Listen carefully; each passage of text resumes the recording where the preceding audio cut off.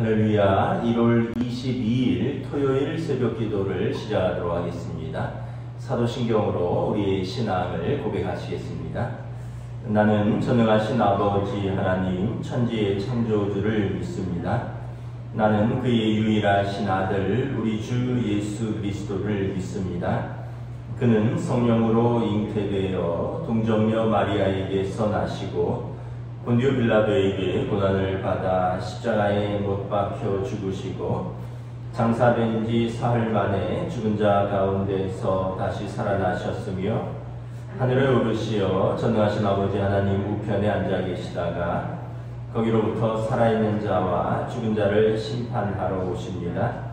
나는 성령을 믿으며 거룩한 공교회와 성도의 교제와 죄를 용서받는 것과 몸의 부활과 영생을 믿습니다. 아멘. 찬송가 218장 찬양하시겠습니다. 찬송가 218장입니다.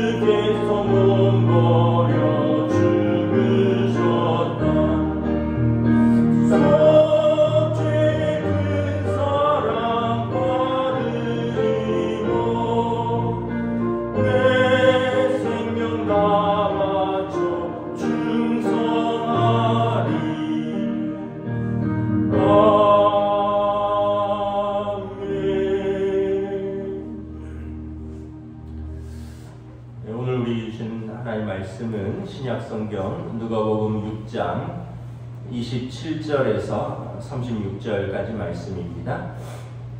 신약성경 누가복음 6장 27절에서 36절까지 말씀입니다.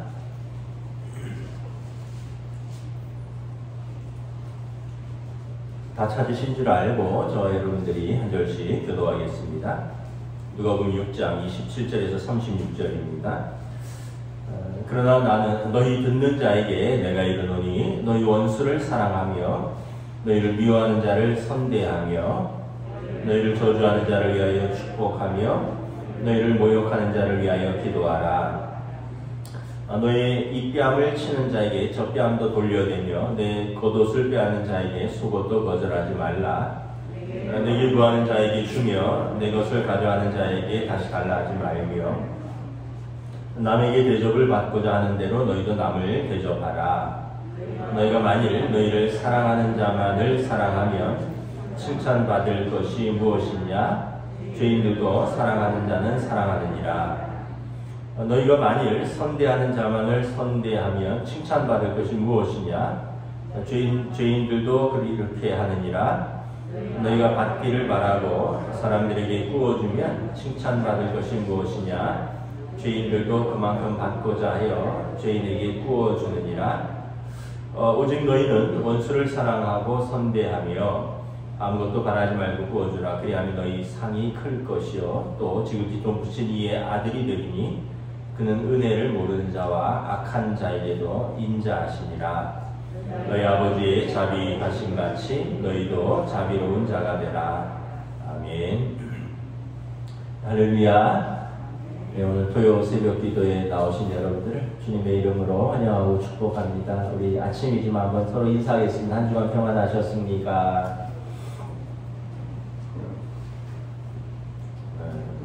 요즘 뭐 사만사운이죠. 한 3, 4일은 맹렬하게 춥고 또 3, 4일은 좀 풀리는 것 같습니다.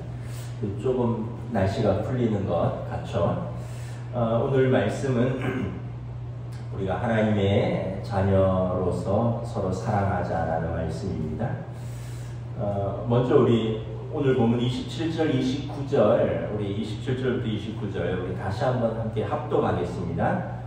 그러나 너희 듣는 자에게 내가 이르노니 너희 원수를 사랑하며 너희를 미워하는 자를 선대하며 너희를 저주하는 자를 위하여 축복하며 너희를 모욕하는 자를 위하여 기도하라. 너희 입뺨을 치는 자에게 젖뺨도 돌려대며 내 겉옷을 빼앗는 자에게 속옷도 거절하지 말라. 이게 참 하나님 말씀이지만 받기가 참 힘든 말씀이죠. 왜냐하면 우리의 일반 감정과 정서에 반하는 것이기 때문에 그렇습니다. 우리의 일반 감정과 정서는 무엇입니까? 날 사랑하는 사람을 내가 사랑하고 날 미워하는 사람을 내가 미워하는 게 우리의 일반 감정과 정서죠. 근데 예수님이 반대로 말씀하십니다. 너희 원수를 사랑하며 너희를 미워하는 자를 선대하라. 유대인들은 두 가지로, 지금은 뭐 모르겠는데 전통적으로 두 부류의 사람들로 나눕니다. 유대인과 이방인입니다. 유대인은 자기 편이고 자기 동족이고, 이방인은 이제 다른 모든 나라를 통틀어서 이방인인데, 이 사람들은 하나님 밖에 있는 사람, 자기들은 선민이고 그 이방인들은 구원의 밖에 있는 사람.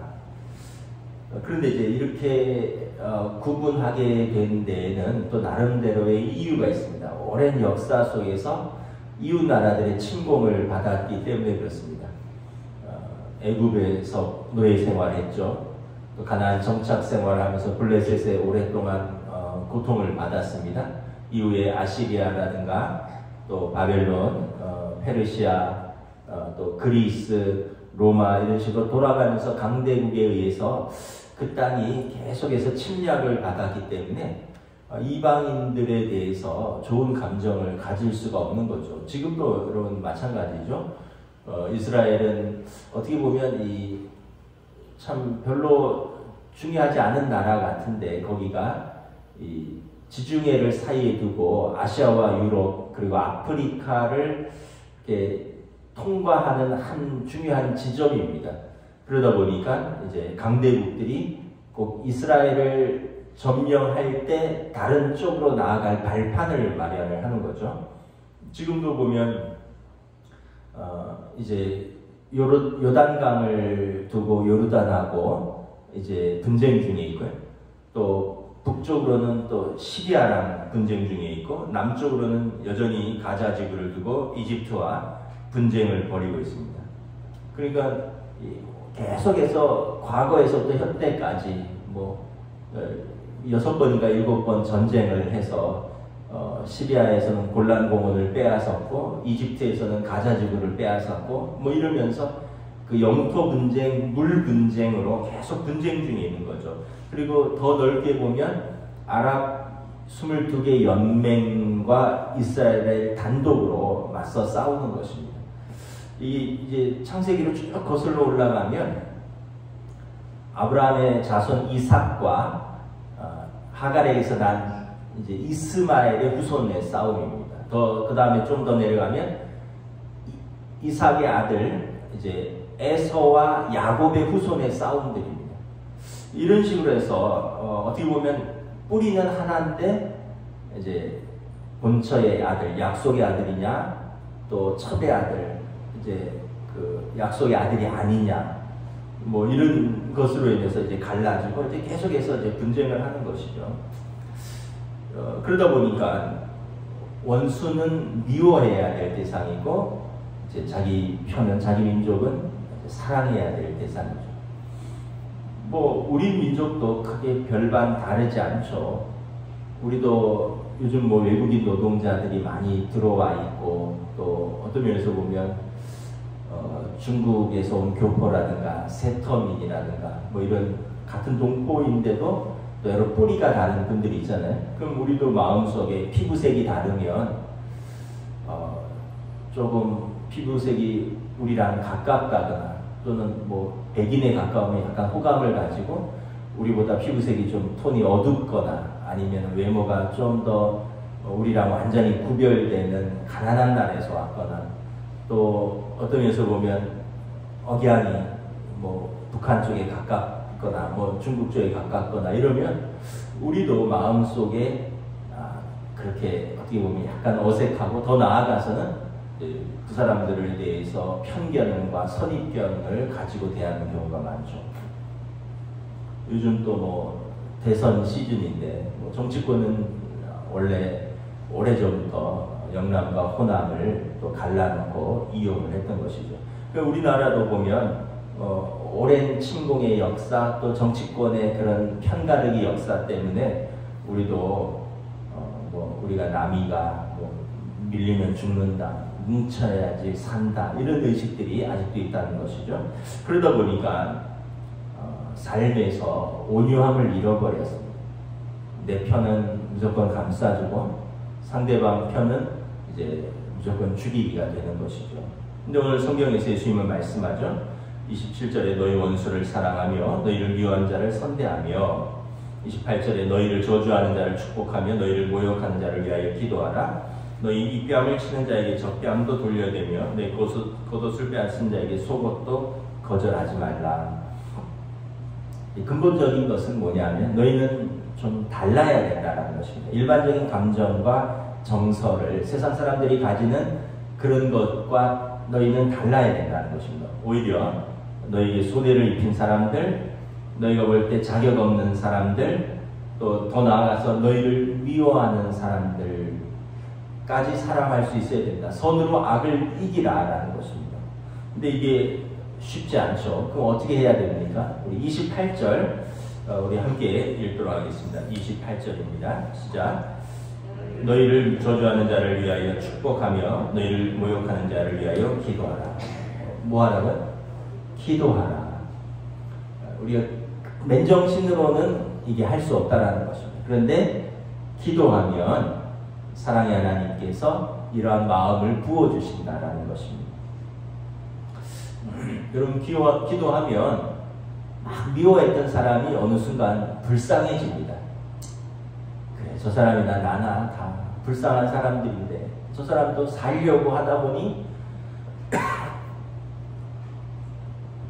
저 사람 너무 그냥 살려고 아둥바둥 하다 보니 뭐 어찌하다 보니 나를 미워할 수도 있는 거고 나도 뭐 그러다 보니 그렇게 된 건데, 기도하다 보면 하나님께서 우리 마음을 이렇게 만져주십니다. 우리 마음을 풀어주셔요. 그러면서 불쌍한 마음을 주십니다. 그러면 우리가 미워하는 마음이 싹 사그러들고요. 불쌍하다는 것은 긍휼한 마음이잖아요. 긍휼한 마음이 들어오고, 또 그러다 보니 상대방 처지도 조금 이해를 하기도 하고, 더 나아가면 내가 생각을 바꿔 먹어야지, 이런 마음을 주셔요. 여러분, 부부싸움하고 이렇게 있으면은 그냥 있으면 안 돼요. 가만히 있으면 잘 안 풀립니다. 그래도 기도의 시간이죠. 여러분들 새벽 기도를 하시든지, 또 여러분들이 또 개인 기도를 하시든지, 기도의 시간에 가만히 생각을 해보면, 그래도 내가 좋은 사람인 줄 알고 나한테 시집 왔는데, 또 나 예쁘다고 나랑 결혼했는데, 지금은 내가 좋은 사람이 아닌 걸 알고 얼마나 실망했을까, 이런 마음 들면은 되게 미안하죠. 나 예쁘다고 이렇게 결혼했는데 또 시간이 흐르면서 뭐 외모도 말투도 어떻게 보면 이제 또 아이들 키우고 그러다 보면 그 젊었을 때 그 예쁘던 말투 그런 예쁘던 성향들이 이렇게 사라지고 점점 생활인이 되어 가잖아요. 근데 그런 걸 또 생각해 보면 또 우리가 서로가 서로에게 긍휼한 마음들이 드는 거죠. 서로가 그러면 아이고 내가 또 이해해야지, 또 내가 먼저 화해해야지, 또 내가 먼저 잘해줘야지 이런 마음들이 들죠. 이게 그냥 드는 게 아니죠. 물론 그냥 들 수도 있지만 기도할 때 우리에게 주시는 마음, 우리 이웃에게도 마찬가지죠. 그렇게 미워하던 사람들 불쌍한 마음이 듭니다. 저 사람은 어떨까? 그래서 여러분, 용서와 사랑은 우리에게서 나는 것이 아닙니다. 우리 주님이 부어주시는 것. 그래서 예수님이 말씀하시는 거죠. 너희 힘으로 안 된다. 기도해야 된다. 그럼 하나님께서 이 마음을 부어주시고 말씀으로 선으로 악을 이길 수 있는 힘을 주신다라는 것입니다. 두 번째는 우리가 하나님의 자녀라는 것입니다. 우리가 하나님의 자녀. 구약시대의 율법에는 보면 뭐 동해복수법 또는 동태복수법이라는 그런 율법이 있습니다. 우리가 용어는 생소한데 내용은 잘 알고 있죠. 눈을 해하면 상한 눈을 다치게 하라는 겁니다. 이를 해하면 이를 빼라는 것이죠. 눈은 눈으로 이는 이로 갚으라는 것입니다. 이것은 뭐냐면 당신이 손해본 만큼, 당신이 해를 당한 만큼 복수할 수 있다는 것입니다. 율법으로. 우리가 아니 왜 율법에서 이렇게 잔인하게 규정을 했느냐. 근데 여러분, 이것은 잔인하다기보다는 어떻게 보면 이런 법으로 규정하지 않으면 과하거나 넘치는 복수를 할 수 있기 때문에 그렇습니다. 지금처럼 어떤 사법체계라든가 이런 경찰, 행정 이런 게 갖춰지지 않았을 때 시족사회잖아요. 시족사회에서 여러분, 우리 마을에서 또 내 아들이 또는 내 딸이 또는 우리 친척의 아들이 옆 동네 가서 맞았는데 팔이 부러졌다. 그럼 어떻게 해요? 옛날 같은 우리 동네 청년들 다 몽둥이 하나씩 들고 옆 동네 쳐들어가죠. 그래서 그 아이를 다치게 한 아이뿐만 아니라 그 마을 사람들하고 싸움을 벌이는 거죠. 그러면 누가 죽든지 더 크게 다치든지. 그래서 이런 동해복수법은 뭐냐면 이런 시족사회에서 이런 넘치는 복수, 또 몇 배를 더 복수하려고 하는 인간 본연의 그런 죄성을 법으로서 누그러뜨리는 것입니다. 불필요한 복수를 금지하는 것입니다. 그래서 눈은 눈만큼, 이는 이만큼만 쉽게 얘기하면 상해를 당한 자들이 복수할 수 있다는 것입니다. 근데 오늘 예수님은 율법을 넘어서는 거죠. 율법에서는 동일하게 너희가 복수할 수 있다지만 예수님은 너희 원수를 사랑하며 너희를 미워하는 자를 선대하며 너희를 저주하는 자를 위하여 축복하며 너희를 모욕하는 자를 위하여 기도하라. 그럼 우리는 이렇게 질문할 수 있죠. 우리 억울함은 어디 가서 풀어주냐? 내 복수는 누가 해주냐? 우리는 바보 멍충이처럼 맨날 당하고만 사냐? 니체가 말했듯이 기독교는 불쌍한 패배주의자들의 연민처럼 맨날 손해보고 여기 가서 뺨 맞고 저기 가서 뺨 맞고만 사는 사람들이냐라는 것입니다. 네, 여러분 성경에 보면 하나님 아버지가 다 갚아주십니다. 우리를 신원하시고 우리의 보수자는 하나님 아버지이십니다. 최종적으로 하나님께서 판결하실 것입니다. 우리가 스스로 복수하지 말라는 거예요. 우리의 복수를 하나님께 맡겨드리라는 것입니다. 우리의 염려와 근심과 우리의 짐만 하나님께 맡기지 말고 우리의 미움과 우리의 원망과 우리의 복수도 하나님께 맡겨드리는 거죠. 내가 다 복수하면 어떻게 돼?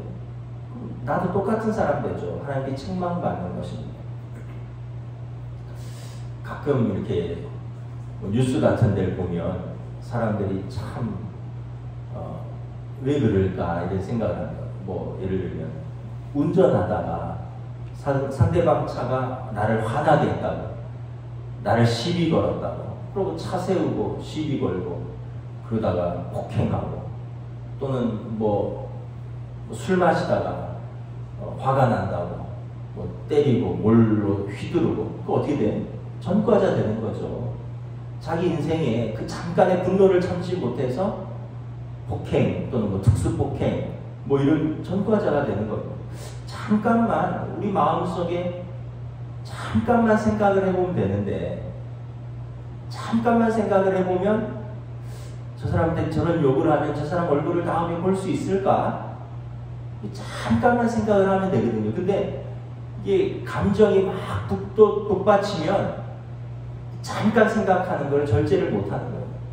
그러니까 가족 간에도 그렇고 또는 성도 간에도 그렇고 이웃 간에는 말할 것도 다시 안 볼 것처럼 그렇게 되다 보면 나중에는 후회하지만 왜 그 결과를 예측하지 못할까?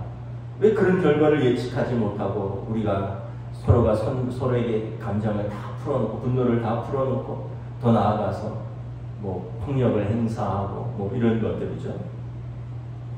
근데 우리는 하나님께 맡기는 겁니다. 우리가 다 원수 갚는 게 아니에요. 하나님이 아시고 하나님이 풀어주실 것을 믿는 거예요. 때로는 여러분 억울할 수도 있고요. 때로는 거짓말이 더 설득력이 있을 때가 있습니다. 그리고 또 다른 사람들이 막 뒤에서 하는 말들이 그것이 사실이 아닌데도 다른 사람들의 말들은 막 돌아다니게 되어 있는 거예요. 그러면서 다른 사람들이 동조하고 그래서 나에게 호감을 가진 사람들도 나중에 보면 그 사람 때문에 나에게 대해서 이상한 감정을 가질 수도 있습니다. 그런데 여러분 기억하십시오. 하나님이 원수 갚지 않는 자의 편에 있습니다. 하나님은 하나님의 자녀 편에 있습니다. 하나님이 우리를 모르지 않아요. 하나님께서 사실을 다 알고 계시고 또 우리를 정말 사랑한다면 우리에 대해서 많은 잘못들을 수 있지만 그것을 분별할 수 있는 분별력과 또 우리에 대한 감정과 관계가 말 몇 마디 때문에 흔들리지 않습니다. 왜냐하면 나에게 쌓아온 것들이 있기 때문에. 그래서 사람을 믿어야 됩니다. 하나님을 믿어야 되는 것이죠.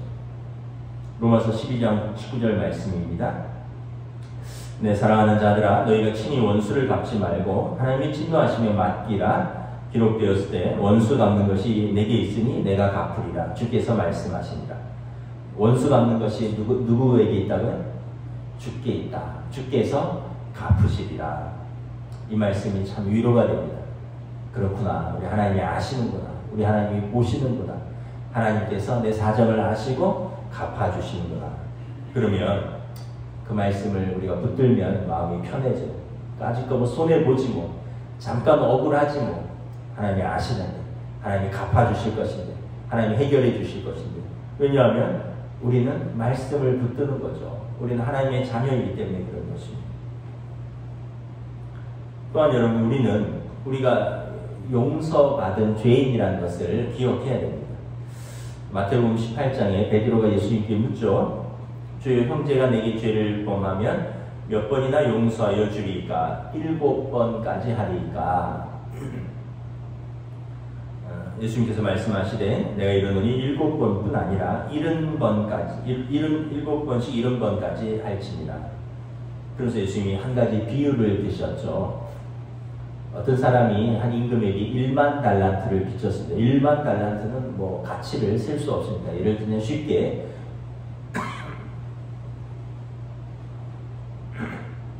수백억 원을 빚졌다고 치죠. 그래서 갚을 길이 없습니다. 자신의 전 재산을 팔고요. 또 옛날에는 재산을 팔아도 못 갚으면 어떻게 돼요? 아들, 딸이나 또는 본인도 노예로 팔리게 되는 거죠. 그래도 갚을 길이 없는 것입니다. 그런데 임금이 그를 불쌍히 여겨서 그의 빚을 탕감해주고 임금에게는 수백억이나 수천억이나 모든 것이 다 자기 것입니다. 용서해 주셨습니다. 그런데 이 탕감받은 종이 길을 가다가 자기에게 이제 한 100데나리온 빚진 사람, 100데나리온은 몇백만 원에 불과한 거죠. 자기에게 빚진 자를 길에서 만나고는 멱살을 잡고 너 돈 갚아라. 너 못 갚으면 감옥에 넣겠다. 10원 한 장 갚을 때까지는 감옥에 있어라고 감옥에 넘겼다는 것입니다.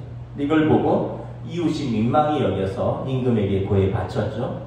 임금이 그를 불러와라. 그러면서 이 악한 종아, 내가 빌기에 내가 내 빚을 전부 탕감하여 주었거늘 내가 너를 불쌍히 여긴 것 같이 너도 내 동료를 불쌍히 여김이 마땅하지 아니하냐 하고 주인이 노하여 그 빚을 다 갚도록 그를 옥졸에게 넘기니라. 비유를 마친 예수님께서 결론적으로 말씀하십니다. 너희가 각각 마음으로부터 형제를 용서하지 아니하면 나의 하늘 아버지께서도 너희에게 이와 같이 하시리라. 무슨 말씀입니까? 우리가 화난다고, 우리가 분노한다고, 우리가 복수하고 싶다고 할 때 하나님의 말씀을 기억하는 거죠. 우리가 용서받은 죄인이라는 것을 기억하는 겁니다. 아, 나도 용서를 받았는데 어떻게 보면 나도 하나님께 용서받은 것, 또 어떻게 보면 내가 부모님께 용서받은 것, 내가 살아가면서 사람들에게 용서받은 것이 얼마나 큰데 나는 왜 나에게 자그마한 것을 거스리거나 죄를 저질렀다고 생각할 때 이걸 내가 용서하지 못할까? 먼저 우리 죄를 용서해 주신 하나님을 기억하라는 거죠. 내가 받은 용서를 기억하라는 것입니다. 내가 그렇게 살지 않으면 우리 하나님 아버지께서 얼마나 마음이 아프실까? 예수님께서 우리 죄를 짊어지시고 십자가까지 지셨는데 우리는 조그만 억울함, 조그만 손해 때문에 그렇게 벌벌 떨고 막 악에 맞춰서 산다면 우리가 예수님의 제자라고 할 수 있을까? 하나님의 자녀라고 할 수 있을까? 우리 때문에 십자가를 지신 예수님이 얼마나 슬퍼하실까? 자식이지만 부모님께 섭섭할 때가 있습니다. 근데 또 한편 돌아보면 내가 부모에게 얼마나 많은 은혜를 받았는가, 내가 부모에게 잘못한 것, 용서받은 것, 사랑받은 것 또 생각하면 이거 별것도 아닌데 내가 이 조그만 것 때문에 부모에게 섭섭했구나 이런 생각을 합니다. 가끔 아내에게도 또 아내는 남편에게도 섭섭하고 화가 나는 것들이 있겠죠. 근데 또 돌아보면 아까도 말씀드렸지만 처음에 사랑했을 때 생각하면 그래도 나 좋다고 나의 모든 결정을 그때는 알지도 못했고 이제는 뭐 살면서 알아도 다 안고 살아가는데 내가 이런 거 좀 섭섭하다고 그렇게 화나고 이렇게 말도 안 하고 이래서 될까? 제가 참 주중에 저희가 한 7, 8년 썼던 비데가 고장이 났어요. 뭐 저는 없어도 사는데 애들은 또 비데를 쓰다가 안 쓰면 또 그렇게 불편한가 봐요. 그래서 샀어요. 요즘은 이제 와서 설치해주면 비쌉니다. 근데 주문해서 받으면 자기가 이렇게 설치하면 인건비가 안 되니까 싸죠.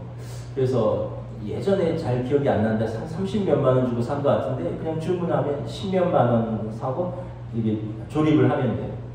그래서 제가 어제 좀 외출하고 왔더니 집사람이 비데를 다 뜯어내고 다시 비데를 설치했더라고요. 그래서 제가 이거 남편이 남편으로 못한 것 같아서, 왜냐하면 이게 좀 기다렸다가 내가 오거나 아니면 아이들 와서 시키면 되는데 그거 이렇게 나름대로 수도꼭지랑 돌려서 빼고 연결하고 뭐 이게 조금 여자분들이 하기 쉽지 않거든요.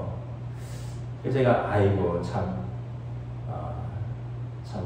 제가 좀 미안하기도 하고 참 주부는 생활이는 정말 강하구나 그런 생각이 있어요. 그래서 저보고 좀 나사 좀 덜 조인 거 있으면 좀 꽉 조여달라고 보니까 뭐 잘 조였더라고요. 아마 처녀 때는 그런 거 안 했을 거예요. 다 아버지가 해주셨을 거고 자기 집에서 고이 자랐을 텐데 저랑 시집 와서 살면서 비데도 바꾸고 뭐 이것저것 다 하는 거죠.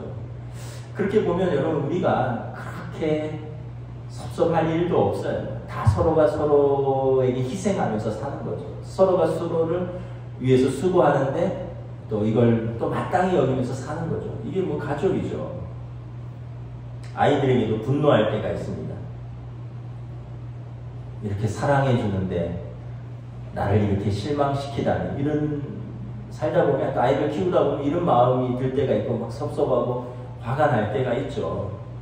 그래도 또 이런 생각을 해보시면 됩니다. 내가 어렸을 때는 나는 얘보다 훨씬 말썽꾸러기였는데, 나는 훨씬 더 했는데, 이 나이에 우리 부모는 나 때문에 더 마음이 상했을 텐데 얘는 나에 비해 훨 나은데, 이런 생각을 하면 또 용서 못할 것도 없고 이해 못할 것도 없어요. 우리 둘째가 월요일날 군대 가는데 요즘 아빠 엄마 군대 가기 전에 매일 한 번씩 안아주세요. 그래갖고 지금 한 2주째 매일 한 번씩 안아주고 있어요. 근데 우리 건이를 이렇게 보면 제 청년 때 모습하고 똑같아요. 진짜 3남매 중에 건이가 저런 젊었을 때 외모가 똑같아요. 이청 마른 것도 그렇고 길쭉한 것도 그렇고. 그래서 제 마음에도 어쨌든 좀 늘 마음에 좀 약간 비중이 뭐 똑같아라고 늘 말하지만 그래도 좀 큰아들에 대한 마음이 조금 더 있고 또 막내딸에 대한 또 마음도 조금 더 있고 그랬는데 요즘은 군대 간다고 생각하니까 아이고 나를 똑 닮은 저 녀석이 이 추위에 편식하는데 뭐 못 먹는 것도 뭐 많고 안 먹는 것도 많은데 군대 가서 잘 버틸 수 있을까 이런 여러 가지 생각들을 하니까 참 또 어떻게 보면 안쓰럽고 뭐 그렇더라고요. 여러분 우리가 이렇게 보면 미워할 게 없어요. 속상하게 하는 것도 많고요. 마음 상하게 하는 것도 많죠. 뭐 부모 자식 간도 그렇고 부부 간도 그렇고. 그런데 깊이 들어가 보면 우리도 그런 사람이었습니다. 우리도 부모에게 그런 용서를 받았고 그런 사랑을 받았고 서로가 서로에게 하나님 앞에서 문제 있는 사람들이 하나님 앞에서 다 용서받고 그러면서 그 문제를 가지고 씨름하면서 살아가는 사람들이죠. 그래서 주기도문에 예수님께서 뭐라고 말씀합니까? 우리가 우리에게 잘못한 사람을 용서하여 준 것 같이 우리 죄를 용서하여 주시고 우리가 용서받은 걸 먼저 생각하는 것입니다. 우리는 용서받은 죄인인 거죠. 우리가 원래 의인이 아닌 용서받은 죄인입니다. 그러므로 우리는 사랑할 의무밖에 없는 거죠. 여러분 오늘 보면 36절 우리 함께 읽도록 하겠습니다. 오늘 보면 36절입니다. 시작. 너희 아버지의 자비로우심 같이 너희도 자비로운 자가 되라. 하나님 우리 아버지 되시고요. 우리 아버지의 성품은 자비로우심이다 라는 것입니다. 그러므로 너희는 너희 아버지를 닮아가라. 너희 하나님 아버지를 닮아가라 라는 것입니다. 우리가 요한복음 1장 12절에서 영접하는 자, 곧 그 이름을 믿는 자에게 하나님의 자녀가 되는 권세를 주셨으니 예수님 믿고 우리가 하나님의 자녀가 되었죠. 그래서 이제는 우리가 그리스도와 안에서 우리의 옛 모습들, 옛 성품들, 옛 삶을 십자가에 못 박고 그리스도와 더불어서 새롭게 살아가는 사람들인 것이죠. 그래서 우리가 하나님의 자녀의 삶을 사는 것. 하나님 아버지의 마음을 가지고 하나님 아버지의 성품을 가지고 그리고 하나님 아버지의 눈으로 하나님 아버지의 입으로 우리가 물론 그렇게 살아갈 수 없지만 끊임없이 이걸 분투하는 과정입니다. 이것이 성도의 성화입니다.